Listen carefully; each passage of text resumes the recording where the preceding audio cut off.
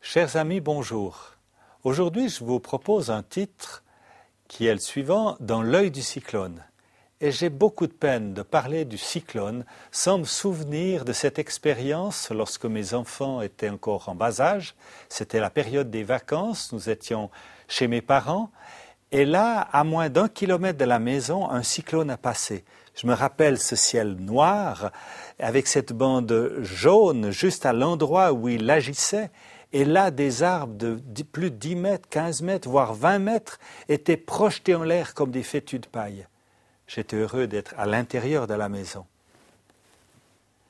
Et nous lisons au psaume 91, 91, au verset 1, « Celui qui demeure à l'abri du Très-Haut repose à l'ombre du Tout-Puissant. » L'œil du cyclone est l'endroit le plus calme qui soit.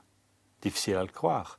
Pourtant, les tornades de vent et de pluie balayent tout sur leur passage. Les pilotes des avions spécialisés dans l'étude des tempêtes tropicales affirment qu'une tranquillité absolue y règne et qu'ils se sentent en sécurité dans cet endroit bien spécial.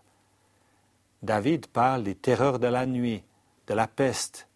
Il parle de la contagion qui frappe en plein midi, de 10 000 qui tomberont. Mais il ajoute, « Mais toi, tu ne seras pas atteint. » Verset 7 du même psaume. Pourquoi? Écoutez la suite. « Celui qui demeure à l'abri du Très-Haut repose à l'ombre du Tout-Puissant. Je dis du Seigneur qu'il est mon refuge et ma forteresse, mon Dieu en qui je me confie. Sans aucun doute, il me délivrera. » Versets 1 à 3 du même psaume. Si vous devez traverser une tempête, vous avez le choix entre paniquer et rester calme.